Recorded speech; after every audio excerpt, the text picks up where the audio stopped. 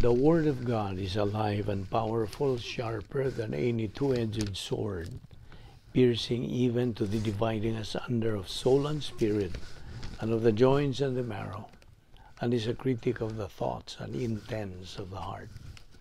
All Scripture is God-breathed and is profitable for doctrine, for reproof, for correction, for instruction in righteousness, that the man of God might be mature, thoroughly equipped unto all good works. Study to show thyself approved unto God, a workman that needeth not to be ashamed, rightly dividing the word of truth. He who has my word, let him speak my word faithfully. Speak, for your servant hears. The worlds were framed by the word of God, according to Hebrews 11:3. Psalm 93:4, the Lord on high is mightier than the mighty waves of the sea. James 4:14, what is your life? It is even a vapor that appears for a little time and then vanishes away. Isaiah 55:9, as the heavens are higher than the earth, so are my ways higher than your ways. Psalm chapter 1, verses 1 to 6. Blessed is the man who does not walk in the counsel of the wicked, or stand in the way of sinners, or sit in the seat of mockers. But his delight is in the law of the Lord, and on his law he meditates day and night.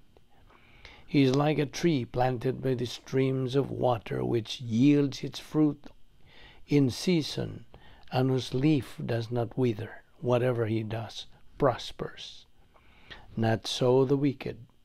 They are like chaff that the wind blows away. Therefore the wicked will not stand in the judgment, nor sinners in the assembly of the righteous. For the Lord watches over the way of the righteous, but the way of the wicked will perish. Do not boast about tomorrow, for you do not know what a day may bring forth. Life is a vapor that appears for a little time and then vanishes away.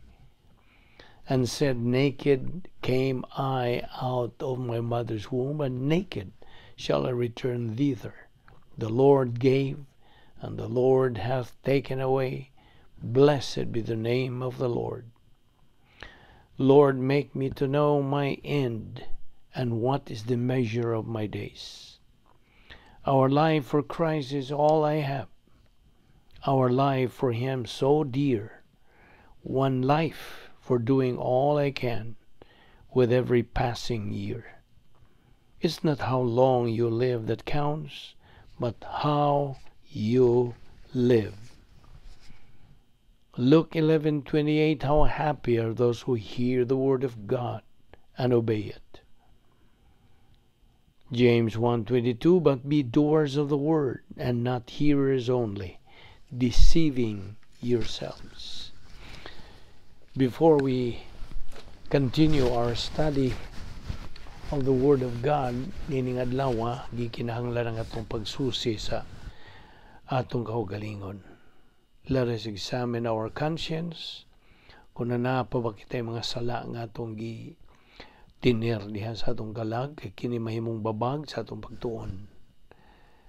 They become barriers to our study of the Word of God, and God, the Holy Spirit, cannot teach us His truth. Tungod niya ng mga sala, kay naga-luop magkana, nagababag.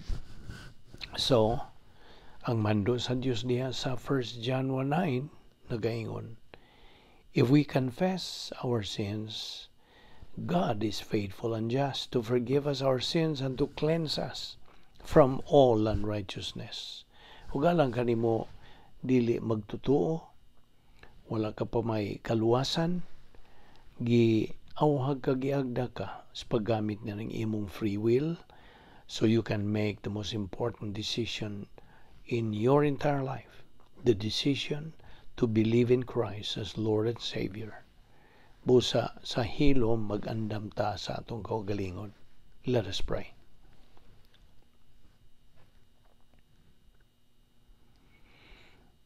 Amahan namo nga Dios, nagapasalamat kami kanimo unas tanan sa imong pagdala kanamo niining lain na sa mga adlaw aron kami makapadayon sa among pagtuon sa pulong nimo nga maoy among pagatun-an ug amo kini isilsil sa among kalag aron kami makakat-on gayud unsa ang imong kabubuton sa among kinabuhi. Ug nga kami makakabot unta sa among tumong nga mao ang espirituhanong paghamtong. Salamat nini among Bible study o Dios. Pinagi sa YouTube ubos kini sa Vic Balbido Evangelistic Ministry. Ubani kami sa among pagpadayon niini sa ngalan ni Ginoong Jesucristo among bugtong manluluwas. Amen. Well, maayong adlaw sa tanan natong mga higala. Welcome na usab sa atong adlaw-adlaw nga pagtuon sa pulong sa Dios. Ani ang pagkita magadupot nining atong tun-anan nga giuluhan og how to be a winner in this life and in the next. Okay, padayon ta sa atong pagtuon bahin niini og magasugod ta diadtong diin kita mohunong kagahapon.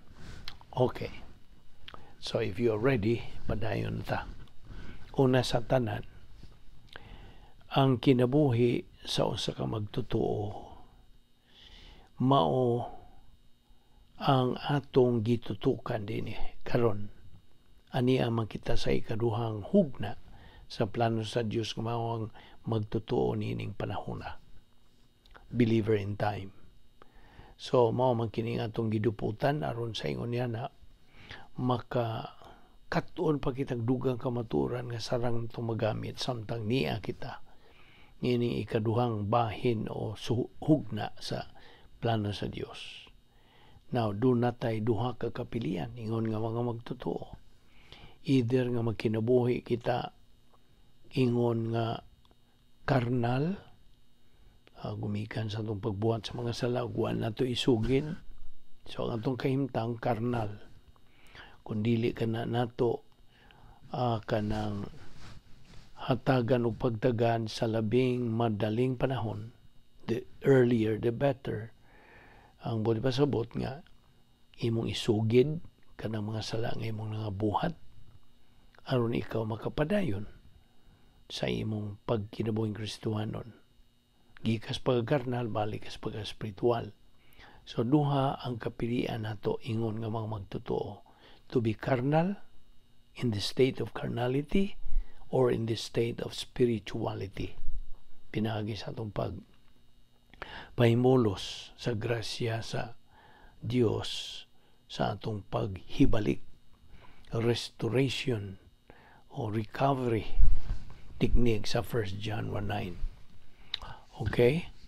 So, atong hinumduman, angay na atong hinumduman, nga ang kinabuhi sa usa ka magtotoo nga anaas state of carnality, kung dili lagi siya kanang usab sa iyang pangunahuna gikan sa pagkakarnal o ngadto sa pagka-spiritual, then mahagbong gid siya sa pagka-reversionista. He is going to kanang end up being a reversionist believer. O ang iyang kinabuhi ingon nga reversionista nga magtotoo is indistinguishable from that believer who is spiritual. Di na ni maila. Ang iyang kinabuhi sama ra gyud sa dili magtotoo. So, kining maong mga carnal reversionistic nga mga magtotoo, kanang hulagway kini sila nga mga kaaway sa cross. They are described as enemies of the cross. Now, this kind of believers, tuo lang sila dayon og mga bakak. They easily believe in lies. Now, nga naman, wala naman sila discernment, wala naman sila kanang ikabarog, o na nga kung makadungog sila mga kanang pagtudlo nga bakak, mga mini, then dali rin silang mada. Dali rin silang malingla. So, a believer has no other source of knowing truth. Wa yun siya laing tinubdan sa pagkat-on sa kamaturan, gawas lang sa pulong sa Dios. Kining atong gibuhat, mao kining pagkat-on sa kanang huna-huna, plano, tuyo, kabubuton sa Dios. That is why a believer gikinahanglan niya to develop his frame of reference. Tungod kay that is a requirement to be able to study more doctrines. Ang mga metabolized doctrine. See? Kay ikaw magkakat-on sa doktrina based on doctrine. Doctrine upon doctrine. Precept upon precept. Okay? Now, sa diha nga unsa ka magtutuo, mo bati siya nga bililhon gyud ang Kristiyanong pagkinabuhi if a believer values his Christian life. Ikananglan niya ang pagtuon, pagtuo sa pulong sa Dios, Bible doctrine. Aron siya motubo, will grow up spiritually. Mao ra man ni paagi nga kita motubo spiritually. I mean nga atong kalag mao may patubuon. Mando man sa Dios sa 2 Peter 3:18. But grow in grace and in the knowledge of our Lord and Savior Jesus Christ. Now, mao na nga sa diha nga ikaw nagapadayon sa pagtuon sa pulong sa Dios kay tuwa man ka mahimutang sa sud sa imong operational divine dynasty, ang imong permanent residence. Dinhin hining atong panahon sa simbahan, gisangkapan kita sa Dios og puloy-anan nga ginganlag operational divine dynasty. It's a mental attitude. Ayaw nagkalimti. So, aniya sa itong una-una kining tanan nga itong ipang hisgutan. O aron nga kita magatubo ang atong kalag tubo. Padayon, mo ni itawag na itong spiritual momentum. Adlaw-adlaw ka magatuon, magakat-on, magatuo, magagamit sa pulong sa Dios. Sa dihang ikaw nagatubo, di na ka madali og kalingla o kanang kada sa mga mini nga mga pagtudlo. Karong panahon na, dagsang ning labihan daghan mga mini nga mga pagtudlo. Tungod kay si Satanas lagi, kaya naibaw na siyang nagkamubo na iyang panahon, nagasikad-sikad na yun na siya. Nag-iingo sa kong higala nga ng media, day and night service na ni si Satanas. Day and night service. Wanay kanang tunghak, ala, maningkamot yun siya. He is the master liar. Gusto niya nga malingla ang labihang daghang mga katawan, mga magtotoo o mga di magtotoo, labaw ng mga di magtotoo, magpabilin silang relihiyon na kanang na-impriso na yun sila, na-priso na sila sa ilang relihiyon. Mao na nga naglunang na sila, of course. Wala naman sila paglaom sa kaluwasan kay kanang mao man na ilang tinuhuan ka nga unsa ilang hingmatan, mao po ilang pagkamatyan. So, mao na luoy ang usa ka tawo nga naa sa relihiyon. Ug ang mga magtutuo nga way doktrina, dali ra ni silang, sa ako nang giningon, dali ra ni silang mga kanang mga lingla sa mga mini. So, kandagan sa itong mga kaigso ng mga magtutuo nga tuan na. Nag-apil-apil na sila sa relihiyon. Balik naman sila. Kaya wala naman sila discernment. Wala man sila spiritual momentum. Mga karnal man sila. So, kini sila paggagamito ni sa pagkanang testing, pagsuhay sa mga magtutuo nga nagatubo, nagakanang sibog sa una, nagaabante. Mao ni sila gamiton nga mao mo bira nila balik sa pagka karnal. Mao na nga matngunan tas pulong sa Dios nga likayin ni sila. Kay basig ma-influensya kanila. Mao na nga ayaw galimot nga si Satanas is the master liar, the father of kanang mga bakakon. So, diyan sa Mateo 7:15, pahimangnuan kita nga, beware of false prophets. Na, tinuod na, nagkadaghan ng mga false prophets, mga bini ng mga propita. Daghan mo claim sila nga, anak sila sa Diyos, unsa pa na yung nagkadaian, nagkaraw-karaw na lang yun ang ilang mga pagtudlo diha.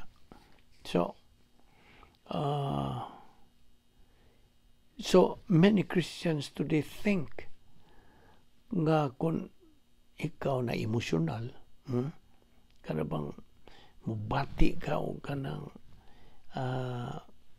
emosyon, ma-emosyonal, that is when they become spiritual ko. No, wrong.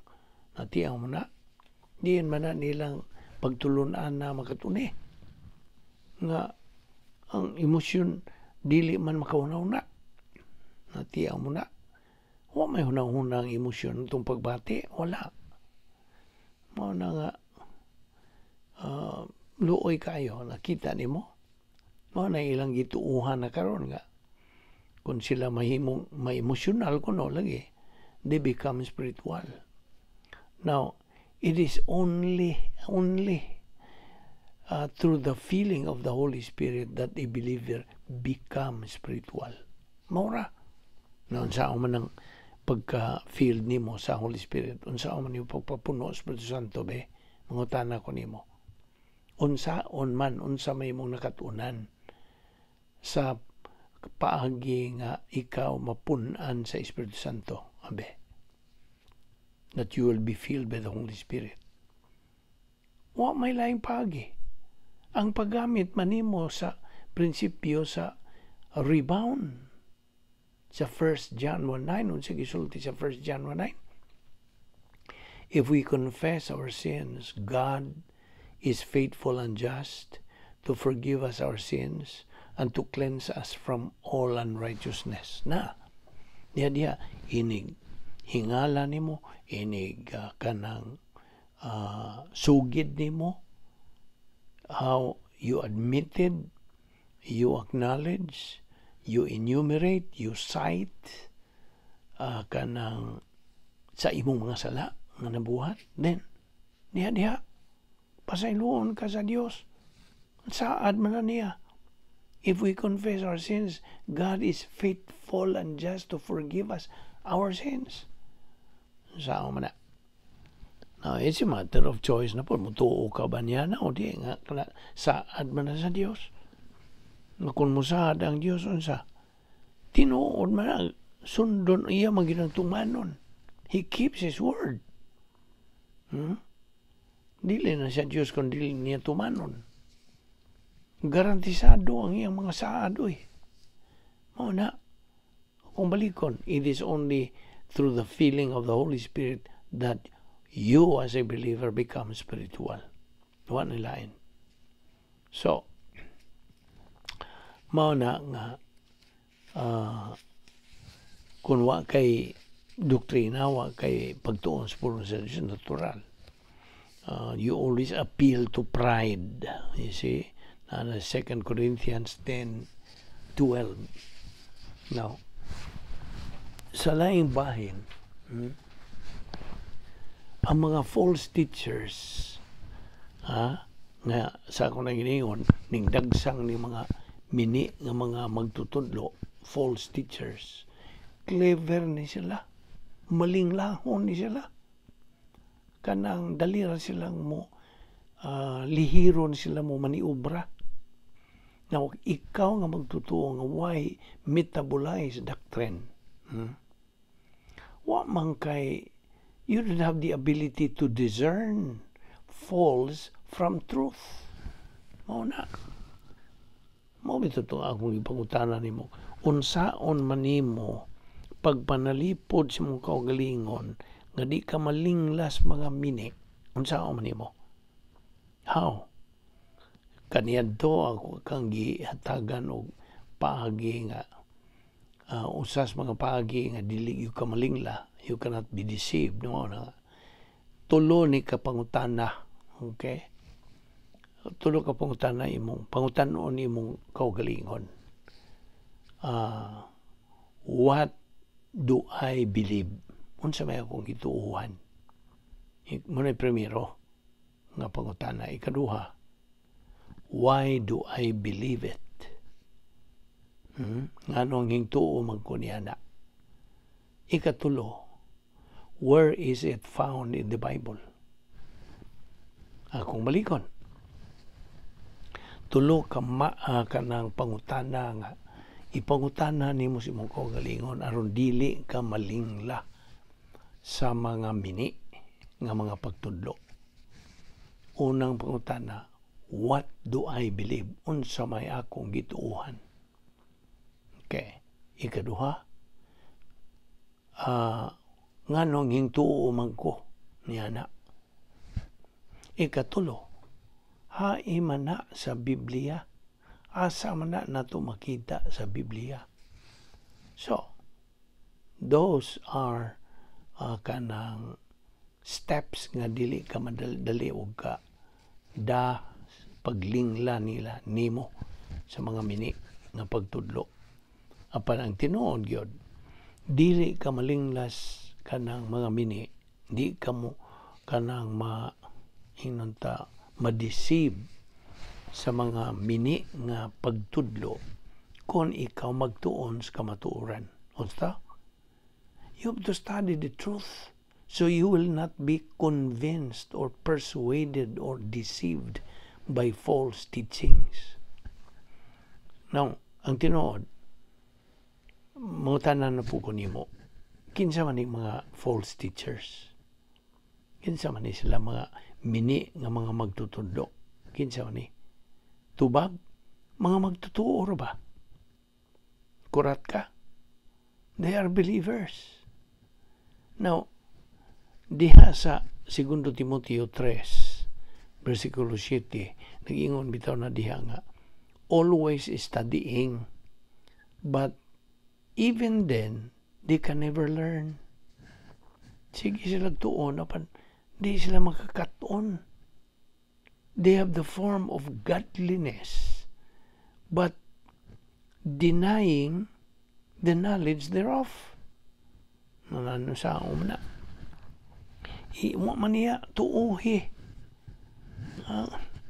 Iyang gitudlo. Posible ba na? Of course. Posible na. Nagingon bitaw, they have the form of godliness. Na ilang kaugalingon nga paagi nga kanang mabinalaan sila. Apan, ilang magi-deny ang knowledge thereof.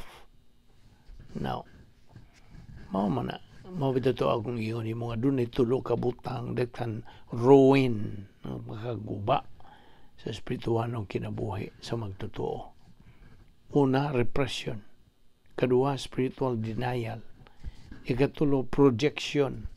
Unsa man ning repression? Ay ilubong sa kalimot. Mao na ingon nila repression.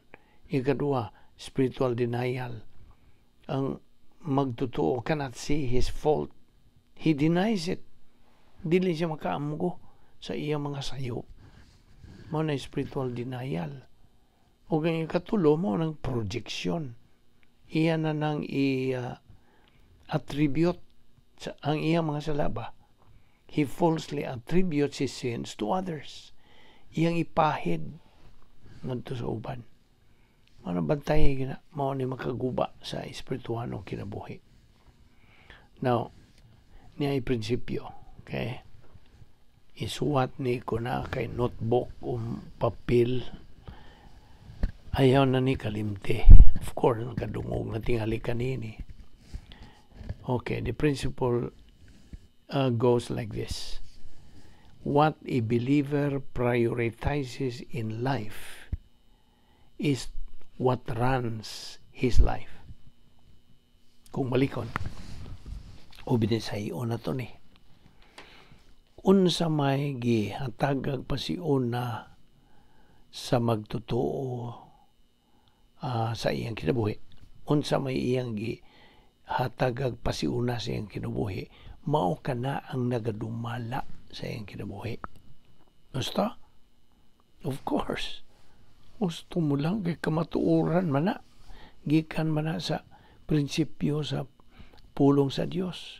What a believer prioritizes in his life is what runs his life. No, yun. Murag mo konektar man po ng prinsipyo na ingon nga unsa may mong attitude ngadto sa pulong sa Dios, mao nay tinuod nimong attitude o pagdagad ngadto sa Dios. You see? Kaya in the first place, di man mabuwag ganing pulong sa Dios o ang Dios. God and His Word cannot be separated. They are one and the same. Okay? Useless the one without the other, manigingon. Kasabot ka? So magkuyog na kung unsay mong pagtagad ngadto sa kanang pulong sa Dios, mo na tinuod ni mong pagtagad ngadto sa Dios. So kutob ra ka lip service ang ganang sige ingog gihigugma ko ikaw Dios. Lip service kutob ra gyud na diha. Panwa gyoy ka tinuoran kana wa gyud. Kawa makipagtuon siyang pulong. Wa makigugma gana. Tinguha nga mutubo. Tinguha nga magkakaton. Wa zero. Mabito ng uban ra ba nga subscribe nato o nagasunod ni atong Bible study, murag mo sinta sila kung maghisgot na tagbahin ini nga kanang dogmatic ra kuno ta. Dino na magatawa lang ko ani bitaw. May mga komentaryo nila o na ilang opinion ang nagkaapan na ninyo kay dogmatic ra mo. Naon sa akong tawon tayo mahimo. Mao man ang gitudlo sa Dios sa iyang pulong. Ego man lang tang unsa nagpa kanang sangyaw niini. Ego man lang tas pagpasabot sa uban. Nga way alamag. You see? Mao na it's a matter of choice lagi. Naragon na nimog mutuo ka ba o di? Na o man tayo mahimo. Di man makapugos ang Dios nato. Way pugsaday. Na di na Dios ang Dios kung mamugos siya. You see, lambaw na nato nga kanang nagriiko lang niini. Igo lang tangi kanang gigamit sa Dios sa pagunsa. Sabwag nini pagsangyaw nini. Ngadtos unsay abutan gyud nini atong kanang pasabot ni ngadto sa nagadungog. Mabito ng pulong sa Diyos na ingon, those with ears, let them hear.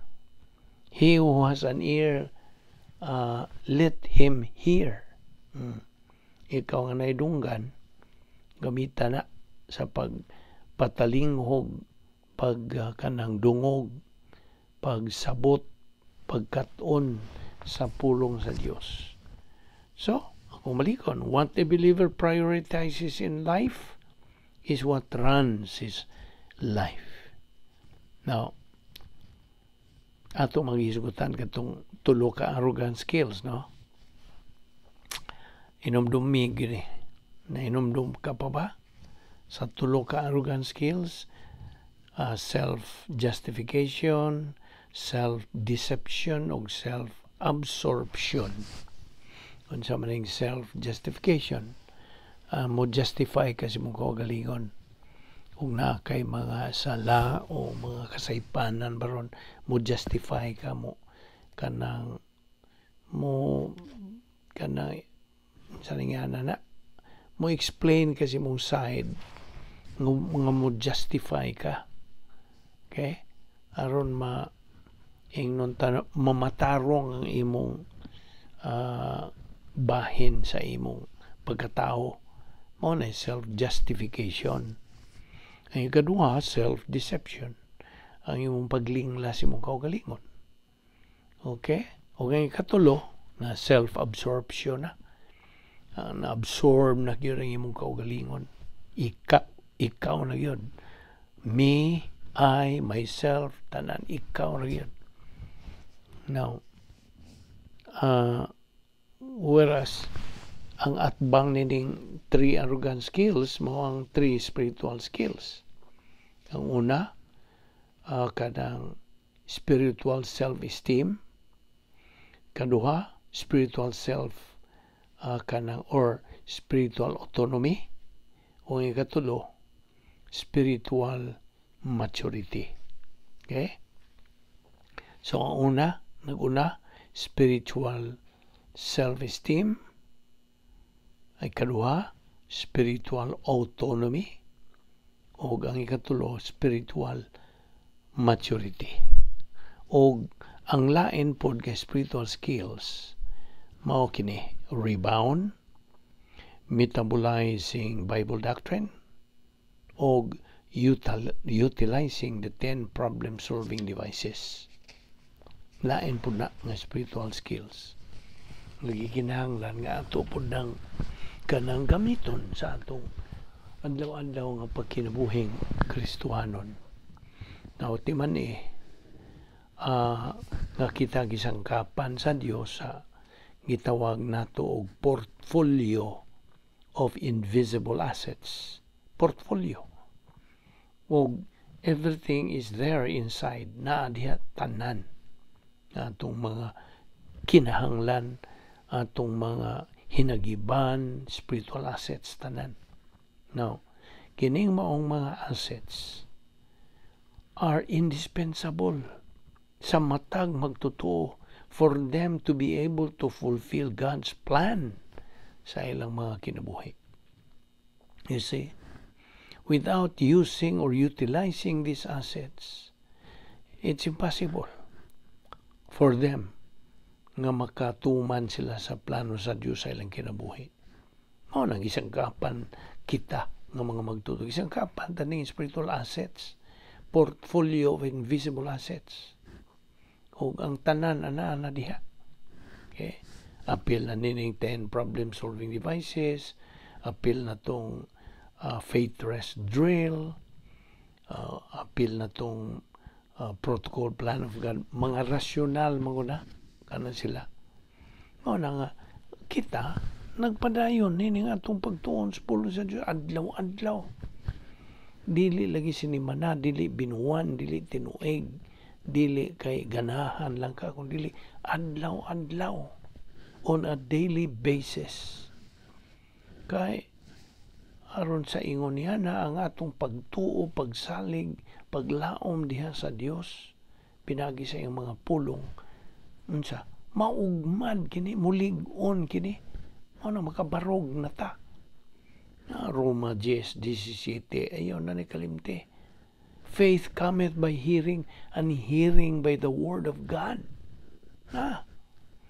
Kini kung sige na tog hisgot nini, mao ni ang mga pulong sa Dios, huna-huna sa Dios, kabubuton sa Dios, mga paagi sa Dios, kalaki ni sa Dios, atong gitunan aron mo atong gamiton.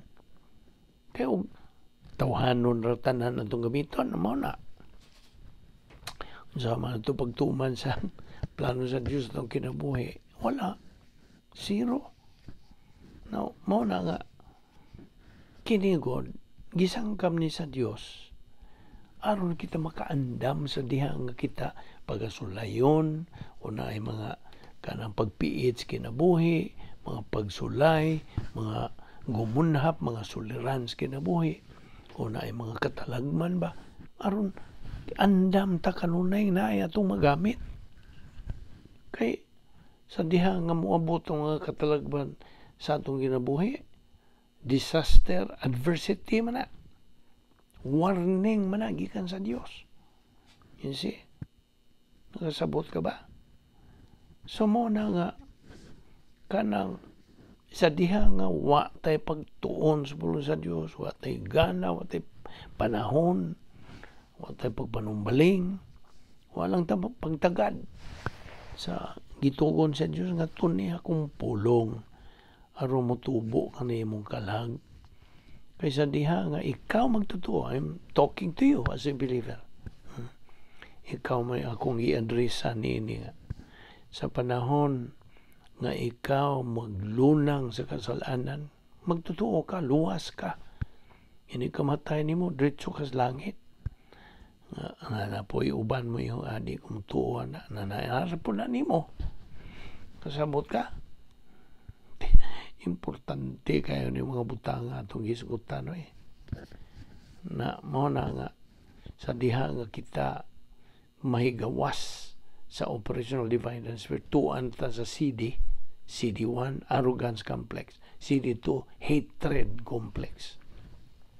Magbanos-banos lang, magtabok-tabok ka na lang diha, mga puros na mga kanang dinosphere ni Satanas, dapit nga may gahom ni Satanas nya di kakatuman sa plano sa Diyos ay mong kinabuhi kaya ito magasgawas di man takatuman kung natas gawas adto ramang yun sa sulod sa atong permanent residence nga mao ang operational divine sphere. So sa diha nga kita tuwa sa CD, we are quenching and we are grieving the Holy Spirit. Mao man 1 Thessalonians 5:19, we are quenching. Unsa may quenching? Atong gipawong ang Espiritu Santo.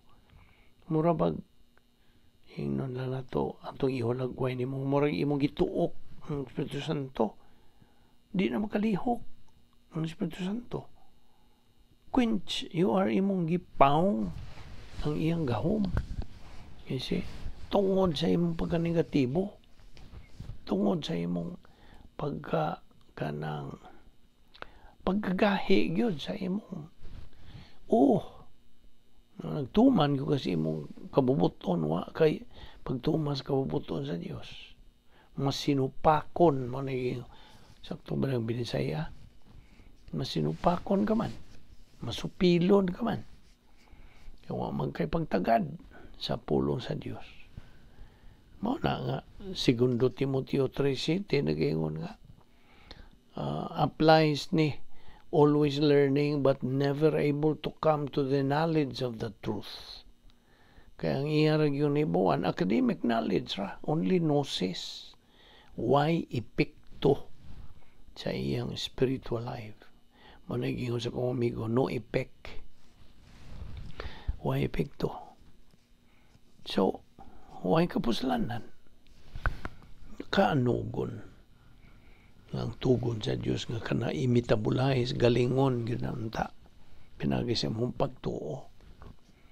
Now timan ayaw na gyud ni kalimti that the Christian way of life is a supernatural way of life, and as such it requires or demands a supernatural way of execution. Ang importante gyud mao kini nga atong gamiton ang pulong sa Dios ngadto sa kasinatian sa kinabuhi.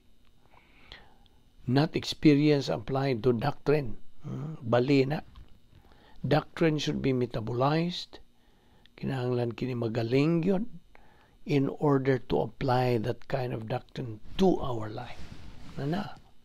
Di man ma-apply ang pulong sa Diyos nga imong nagatunan nga wa nimo tuuhi. Kinahanglan tuuhan ka na nimo.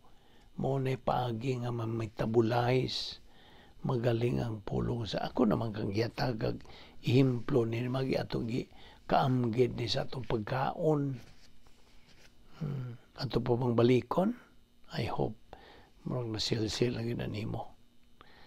Okay.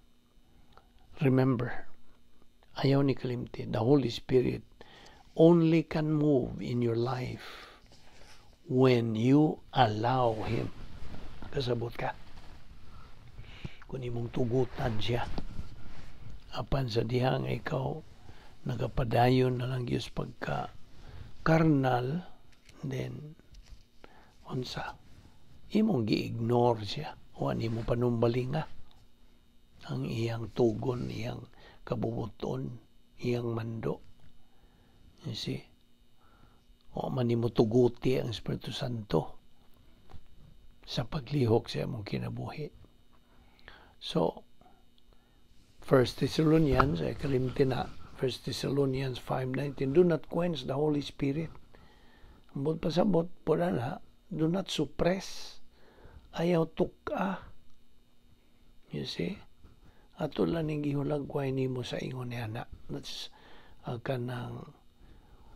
kanang ino nato ng word of kining accommodation. Okay? Imong gituok sa Bisaya pa. Again, ang Espiritu Santo can only move in our life when we enter the operational divine dance sphere through a rebound. Nakita ni mo unsa kaminong danon nining rebound. Ug kung why rebound, God is going to punish us. Di manig na. What may mo? Doktrina na. Kung watay pag-rebound, dili ta mo sugid sa atong mga sala, ang Dios mo panton kanato. Unsay tuyo nga pantonon taniya, unsay tuyo? To warn us aron kita matulid, straighten us up and go back to the operational divine dance sphere and grow up. You see? Mo na nga wata magitubo kung watay paggamit sa kanang grasya man sa Dios. Grasya ang giandam ni sa Dios. We are punished by God when we make our own rules. Parehara ko na sa kanang duwa nga mga volleyball ba, softball ba, o basketball ba. You see? Ang Diyos may nagapamutang sa rules, mga sundanan, sumbanan, mga tulumanon. You see? We cannot make our own. God makes His own rules.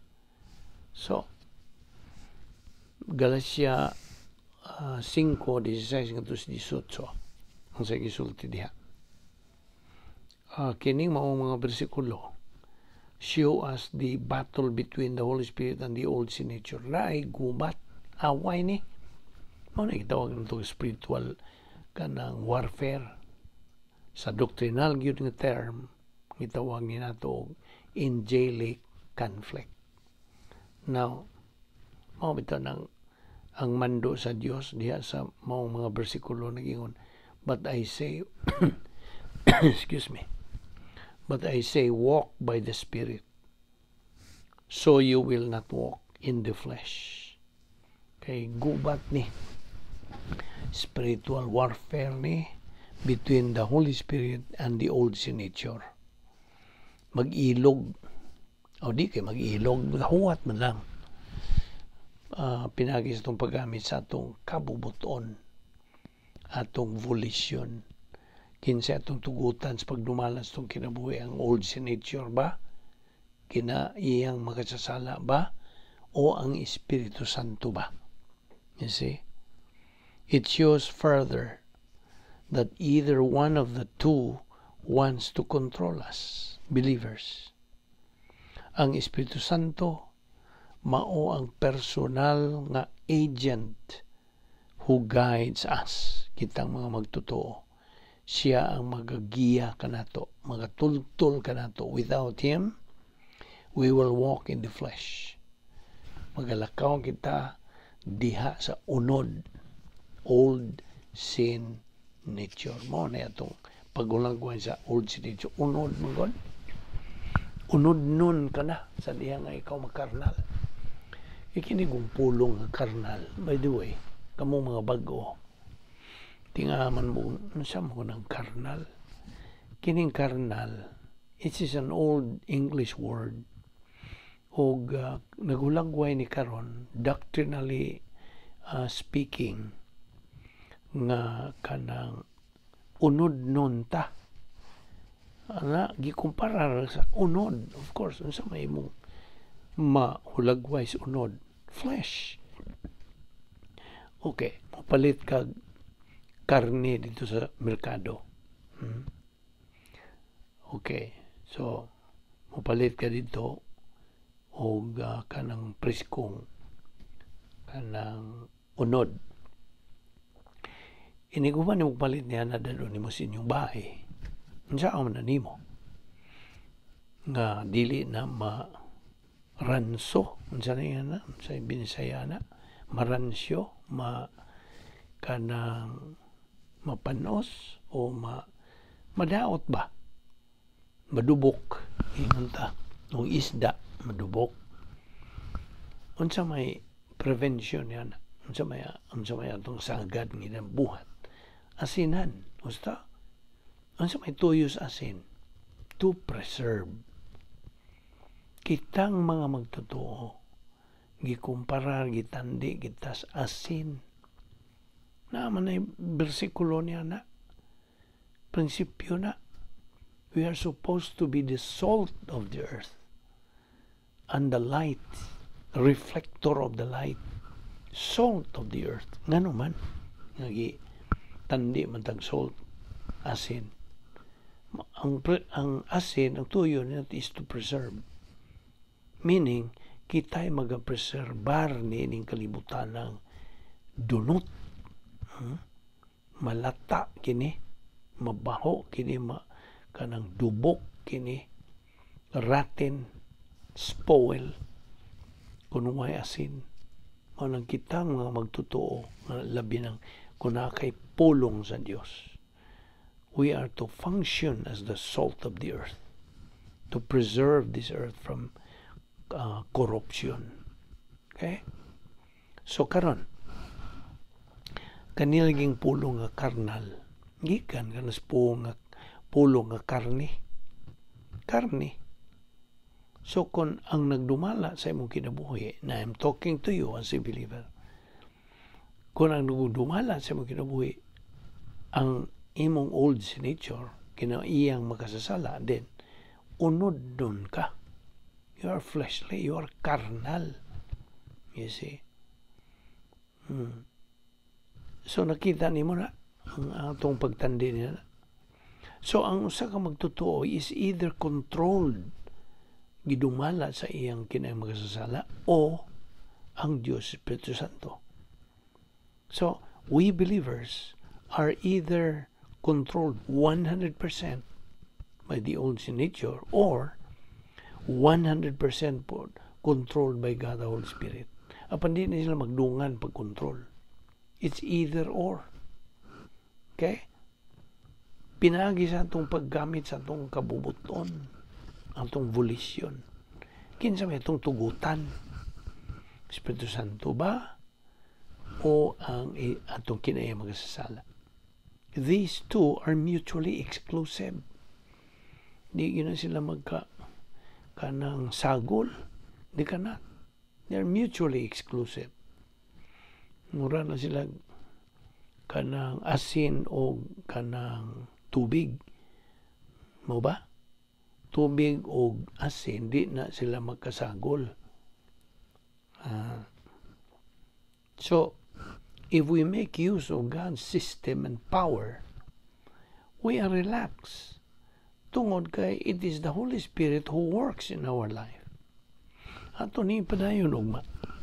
Kaya dinhiyo na kita mohon og ayaw say pa ang sunod niini, pagsubay niini, aron di ka masipyat o kini atong magamit sa atong adlaw panginabuhi. Magampo ta. Ama namong langit, noon nagpasalamat kami kanimo sa imong pagpatinaw kanamo sa imong kamatuoran niining adlaw. Inawad nga kini masilsil sa mga limbatakan ang kalag. Salamat o Diyos na siga pa ang kantong nagpaminaw niini nga among mga subscribers nga unta sila magatubo na spiritually ang makabot yun nila ang spiritual maturity, ang capacity stage aron sugod na sila nga ang Diyos mahimaya sa ilang pagkabot. Yan ang capacity stage. Salamat o Diyos sa among Bible study pinagi sa YouTube ubo sa Vic Balbido Evangelistic Ministry. Dada kami pagbalik kung ninapita o Diyos. Salamat ng tanan sa ngalan ni Ginoong Kristo. Amen.